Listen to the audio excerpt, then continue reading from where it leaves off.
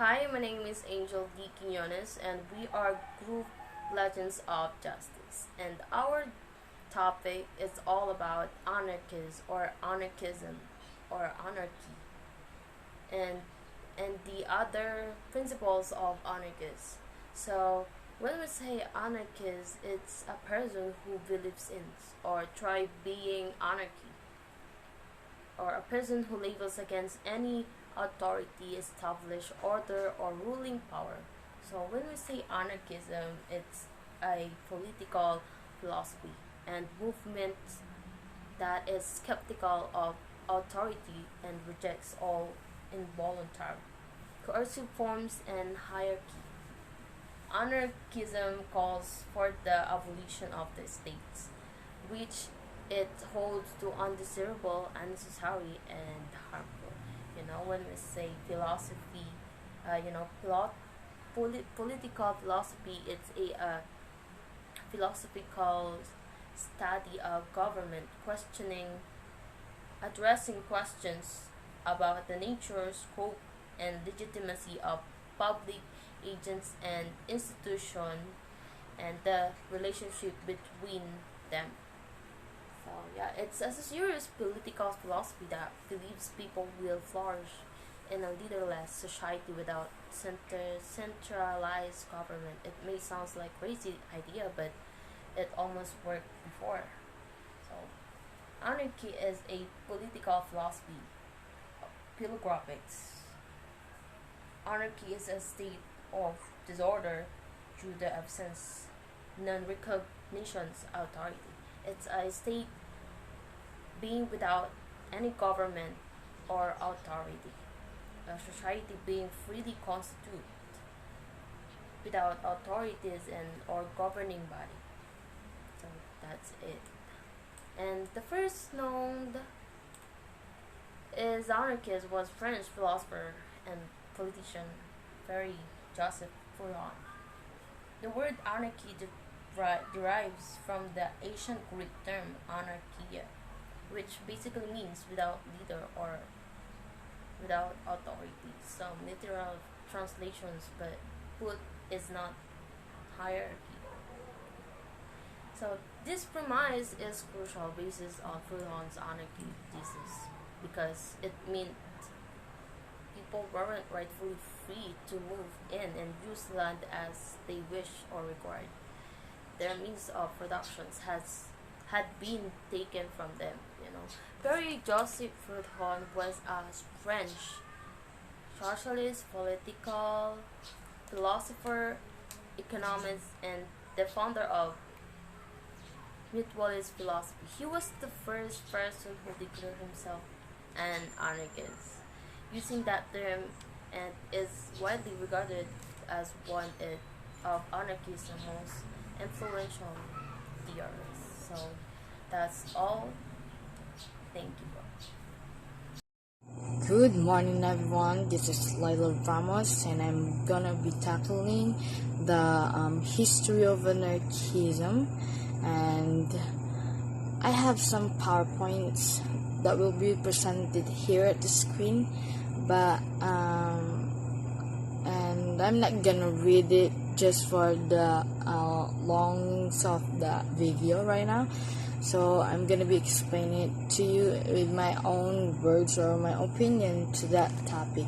So I noticed that in anarchism there is a range of views on the meaning of anarchism, and the history of movement. Some see it as a 19th century movement, while others date it to prehistoric society, modernism, industrializations, reaction to capitalism, and mass migration help it to flourish. The 1960s anarchism re-emerged. They re-emerge as a as a global political and cultural force particularly in association with the New Left. With the New Left, and it has influenced social movement that expose personal autonomy and direct democracy. So, if you can notice, it is if you could see, there's a modern anarchism today, and so let's focus on what it said. It has influenced social movement that expose personal autonomy and direct democracy. If we could tackle that on the other topic, because there's a lot of topic for this anarchism, and my other teammates will gonna be explaining to you the other one. So I might continue it. So there's been some controversy of it. There's a lot of controversy, and there is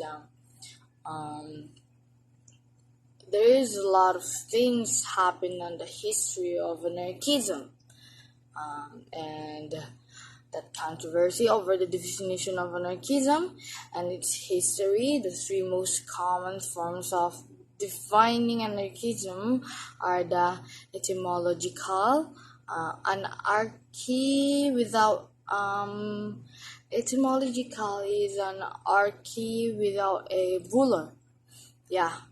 The anti-statism and the anti-authoritarian definition.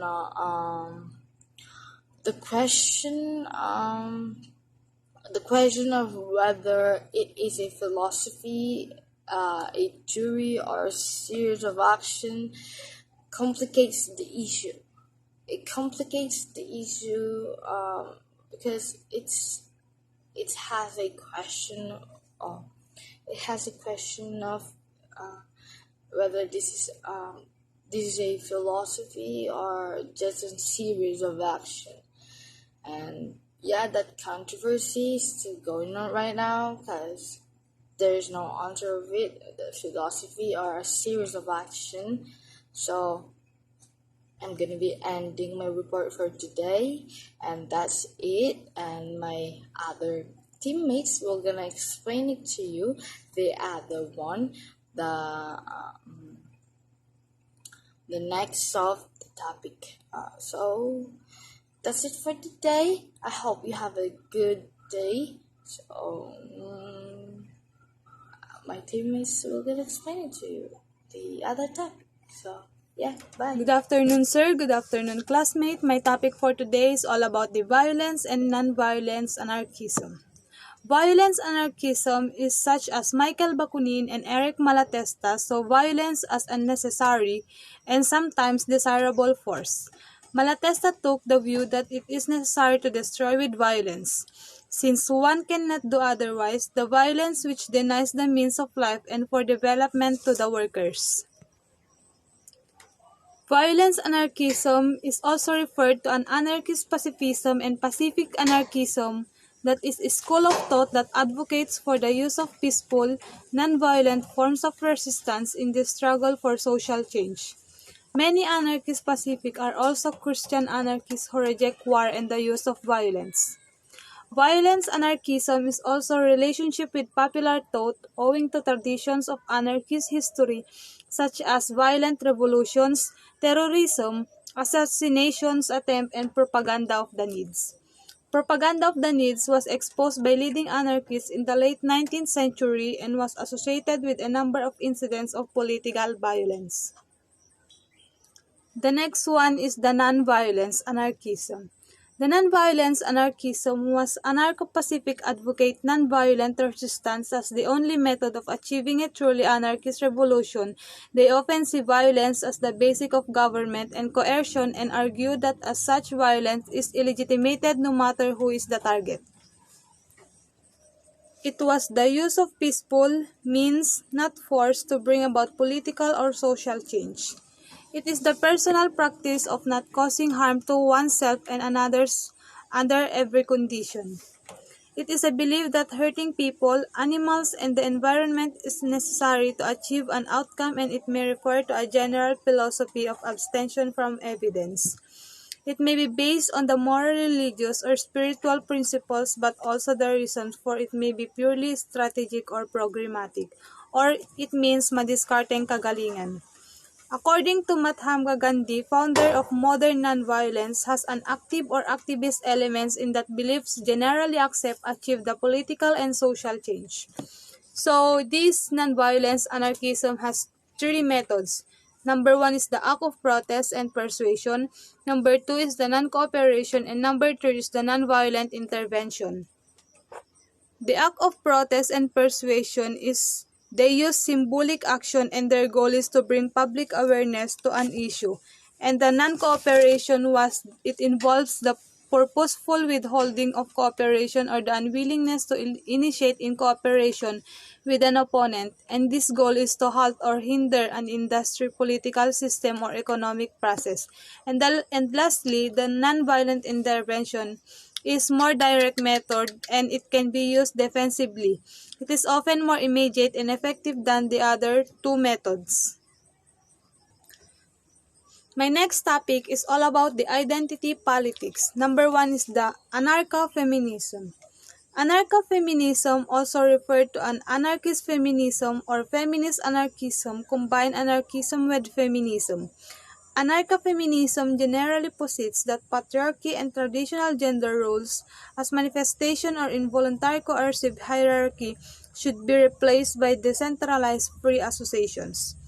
It is also anti-authoritarian and anti-capitalist, anti-oppressive philosophy with the goal of creating an equal ground between the genders.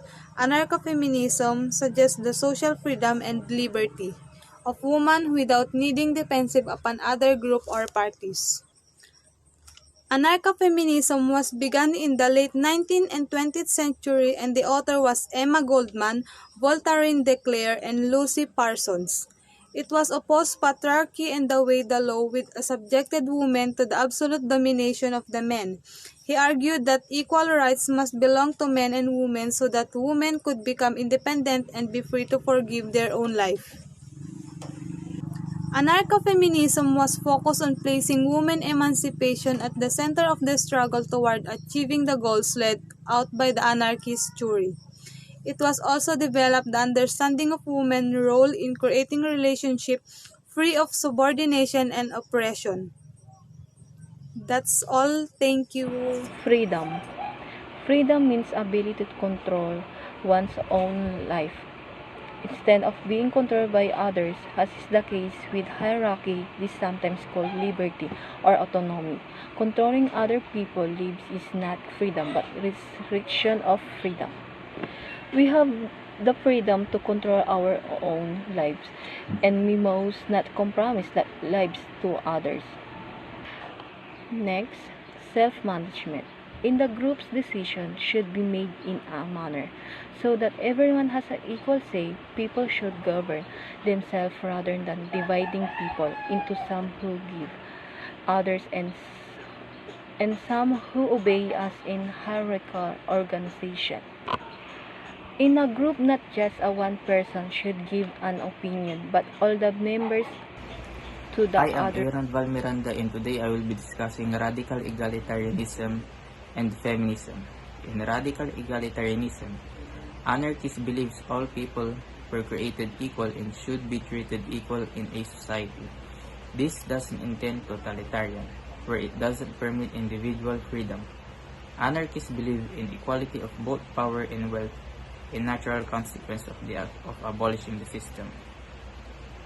For example of an egalitarian is a person who fights for civil rights like Martin Luther King Jr., characterized by equal rights and social equality for all people.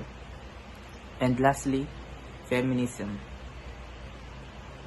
Anarchists favor social, economic, and political equality for men and women. The domination of men over women should be abolished and all people given control of their own lives. In my opinion, feminism is defined as the belief in the political, economic, and social equality of the sexes or gender. The goal of feminism is to challenge the systematic inequalities for women, mostly faced on a daily basis. For example of feminism, movements have campaigned and continue to campaign for women's rights, including the right to vote, hold public office, work, earn equal pay, own property, receive education, enter contracts, have equal rights within marriage and maternity leave. Afternoon to everyone. So our topic for today is about anarcho-primitivism in Christian anarchism. First is anarcho-primitivism. In my understanding, anarcho-primitivism, it is a civilization where they want to bring the past, our give is important, and just ignore things that have been modernized. Second is Christian anarchism. In my opinion, Christian anarchism, it is a politician using the gospel so that people have more chance to believe in them, but they are not using it correctly. Thank you.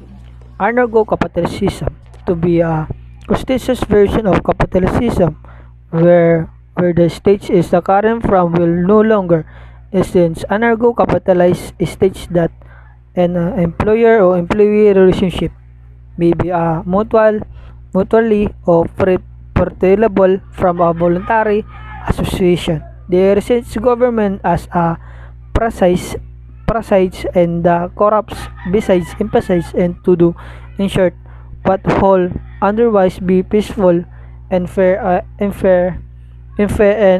and in free association.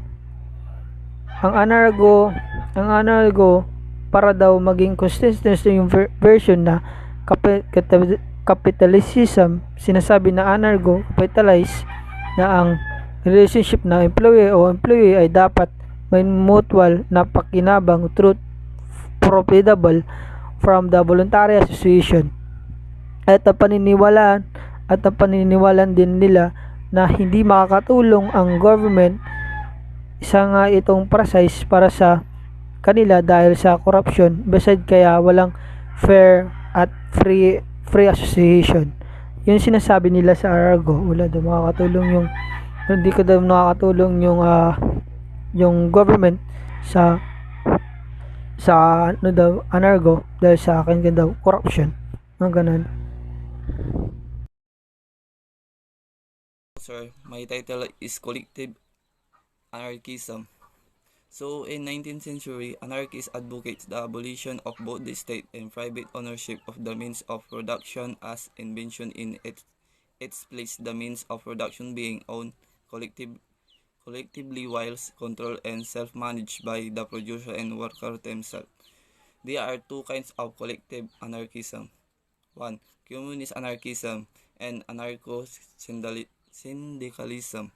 1. Communist anarchism is also called anarcho-communism. It advocates the abolition of the state capitalism, wage labor, social hierarchies, and private property in favor of common ownership of the means of production, and direct democracy, as well as horizontal network of worker council with production and consumption based on the guiding principle, from each according to his ability to each according to his need.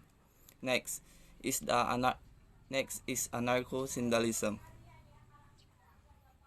This is a movement that advocates direct action by the working class to abolish the capitalist order, including the state, and to establish in its place a social order based on worker organized in production unit. I will be the last reporter of this group, and I will discuss about anarcho-syndicalism and individualist anarchism. Anarcho-syndicalism take essentially the same approach as anarcho-communists, those except that they refer specifically to the work situation, particularly industrial work. Anarcho-syndicalism or revolutionary syndicalism, it is a movement that advocates direct action by the working class to abolish the capitalist workers. And it believes that workers' organizations that organize the struggle against the wage system will eventually form the basis of a new society should be self-managing. They should be able to make all the decisions that affect themselves. Next is individualist anarchism. The individualist anarchist recognizes nothing above his ego and rebels against all disciplines and all authority, divine or human. He accepts no morality. Individualist anarchists, it is a value of individual freedom above all else and regard society, while the anarcho-syndicalism, it is a movement that advocates direct actions. Thank you.